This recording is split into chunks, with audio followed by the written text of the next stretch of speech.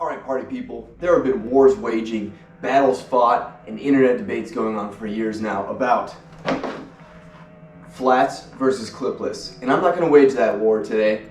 The answer to this question is yes. But the one question that I don't see talked about a whole lot is handlebars. Aluminum or carbon?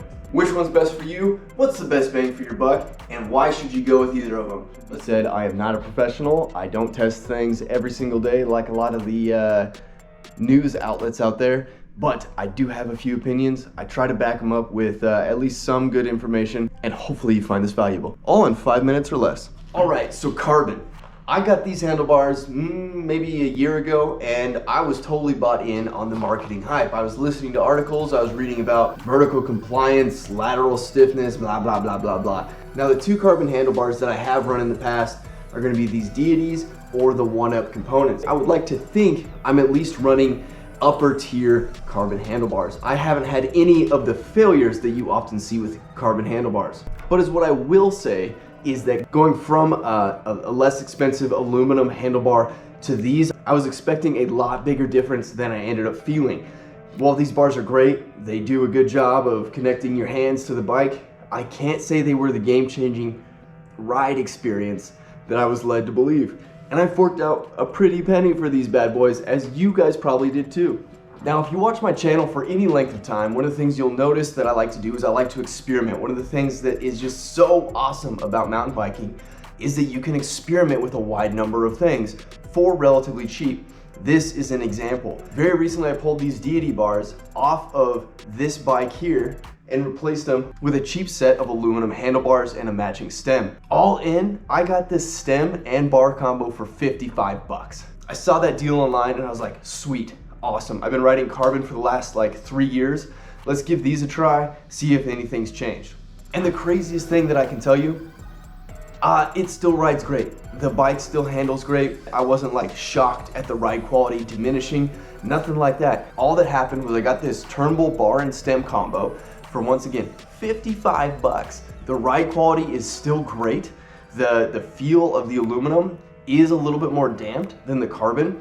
And quite frankly, I'm super stoked on that. This tells me a few things. The ride quality of these is fantastic. I've been enjoying these bars like crazy. I think I fell for marketing hype. Vertical compliance, lateral stiffness, vibration dampening. I think that I bought into the carbon is better mindset, and that's not necessarily the case. All I did was spend a whole bunch of extra money that I don't think I needed to spend. Some people might get worked up about weight. And sure, aluminum is going to be a little bit heavier. The bar stem combos that I was looking at happen to be about, 100 to 300 grams more, which might be significant for you, but I bet you your weight fluctuates much more than that throughout the day. We get bought and sold a humongous bill of goods with the carbon manufacturers. Sure, they make some great stuff. I've been nothing but happy on the two carbon bars that I've had. The problem comes in, it's making people go crazy thinking they have to have it. You don't have to have it. Quite frankly, I'm going to be switching all my bikes over to the aluminum bar and stem combo. I can spend a fraction of the money, I can get the same ride quality, and they work great. I'm not concerned about those few hundred grams. I've had no bad experience with this bar and this stem combo. Once again, it is a turnbull component, so you don't have to buy humongous name brand stuff. Some people might get worried about that because it doesn't have warranties and all this and all that. I bet you they're all made in roughly the same place, the same manufacturing methods, and I bet you the label is different. These have been fantastic. I've been riding them hard for the past 3 or 4 months. Tons of miles on them. Couldn't be happier. Hope you found this interesting. So before I go, what are you guys riding, and do you think that it makes that big of a difference? Leave a comment below if you think that carbon bars are worth it, or if you think that I'm coming to a stupid conclusion. Anyway, looking forward to checking out those comments.